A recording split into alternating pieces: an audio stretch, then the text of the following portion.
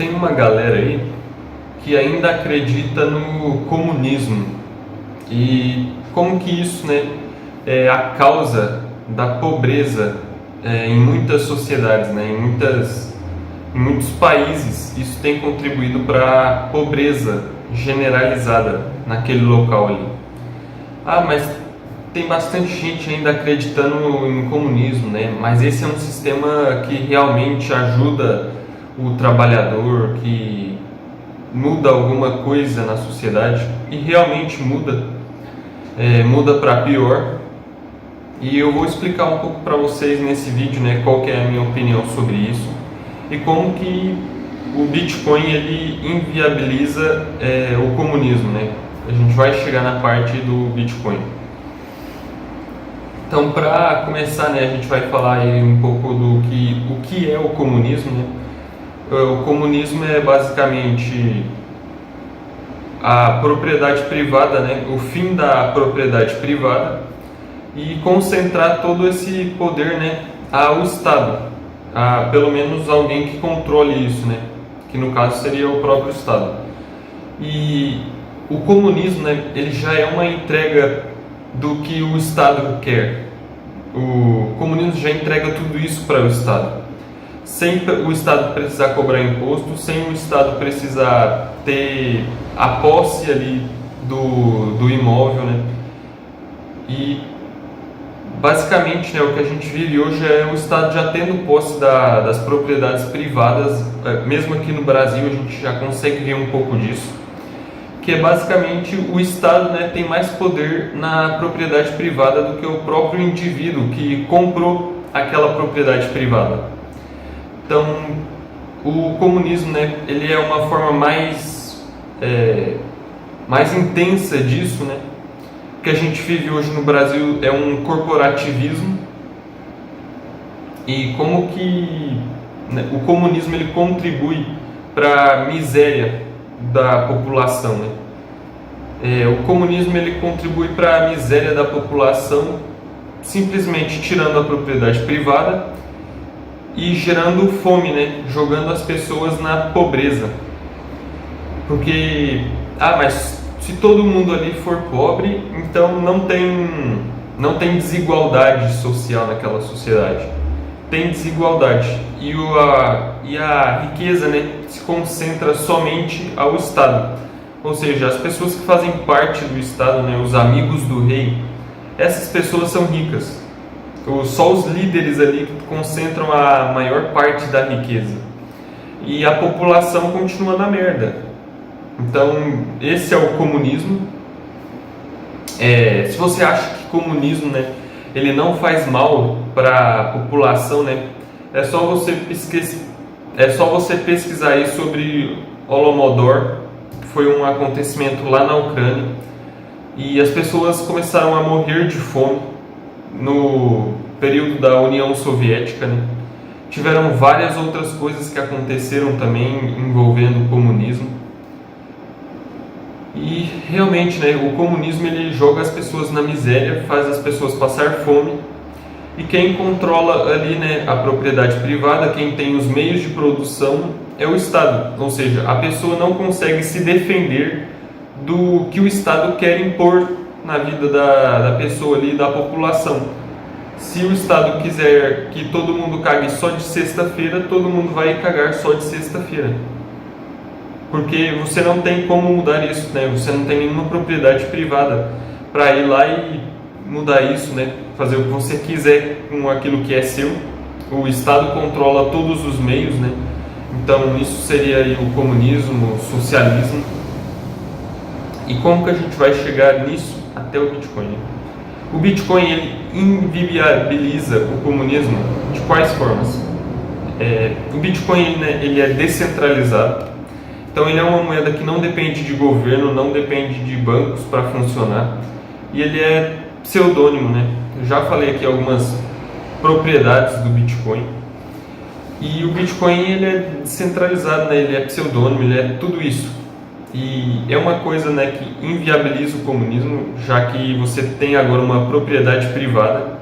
E a única coisa que é sua mesmo, de verdade, é o Bitcoin. Então você tem a sua propriedade, que é o Bitcoin, é algo que não pode ser confiscado, né, que não pode ser censurado, se você souber utilizar, né, da maneira certa. Porque tem pessoas que têm Bitcoin e falam: ah, mas eu fui censurado, ah, mas eu fui confiscado. De que forma?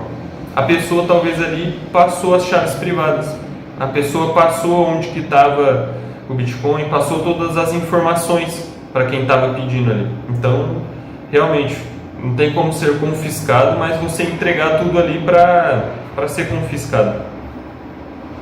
Então você precisa também saber utilizar, né, o Bitcoin da maneira correta. Não basta apenas só ter, né? O Bitcoin, pelo sistema Bitcoin, ele oferece tudo isso. É a tecnologia descentralizada por natureza ali da blockchain. Mas tem pessoas que não sabem utilizar o Bitcoin da maneira correta, né? E acabam aí caindo em golpes, caindo em hack e acabam perdendo ali, né, os seus Bitcoins por mera má administração de uma coisa que você tem. E tem também os que falam, né, que mas se o Bitcoin chegar em uma sociedade que é comunista, socialista, isso também vai virar propriedade do Estado. Eu acho muito difícil isso, é quase impossível algo que pertence a um indivíduo virar propriedade do Estado, principalmente se falando de Bitcoin, a não ser, né, que a pessoa passe ali o endereço para o Estado, né? Mas algo que realmente só a pessoa tem a senha, né, a chave privada, e ela consegue, né, adquirir esse Bitcoin de forma anônima ali, né, com mais privacidade, vamos dizer assim. É claro que essa pessoa vai conseguir ter ali sua propriedade privada em Bitcoin, a não ser, né, que o Estado ali de alguma forma tente descobrir e ir atrás dessa pessoa, né?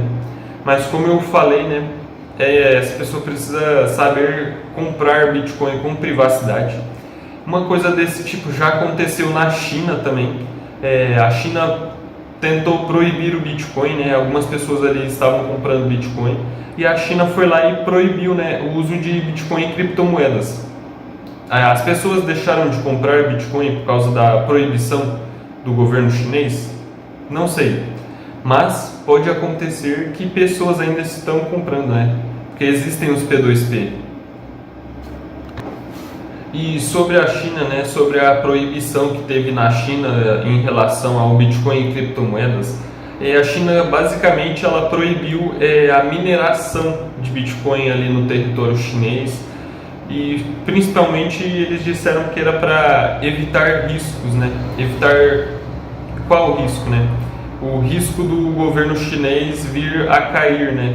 Vir a começar a ter menos poder sobre as pessoas, o que é algo que o Estado mais teme, né? Que é ter menos poder sobre as pessoas, né?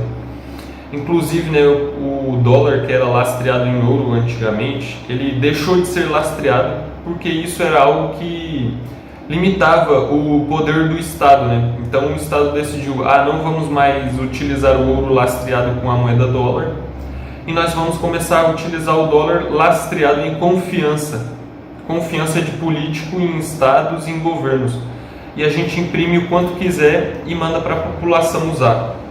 Esse é o cenário perfeito, né, para o Estado ou para os governos utilizarem ali uma moeda que não tem limites, na qual eles podem utilizar à vontade e imprimir à vontade para financiar guerras, para financiar mais poder, para financiar ditaduras, para financiar o que for em relação a governos, né? E principalmente para obter mais controle sobre a população, né? Então, basicamente isso, né, é o que eu gostaria de falar nesse vídeo.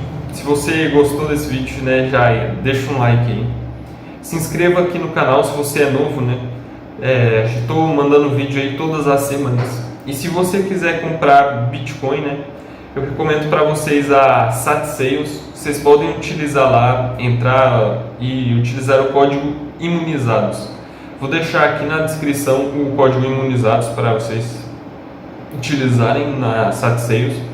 E é bem simples, né? Você, com pouco dinheiro ali, você já começa a comprar os seus satoshis, né? Então, basicamente, esse foi o vídeo. Espero que vocês tenham gostado, espero que tenham entendido, né, o meu ponto de vista.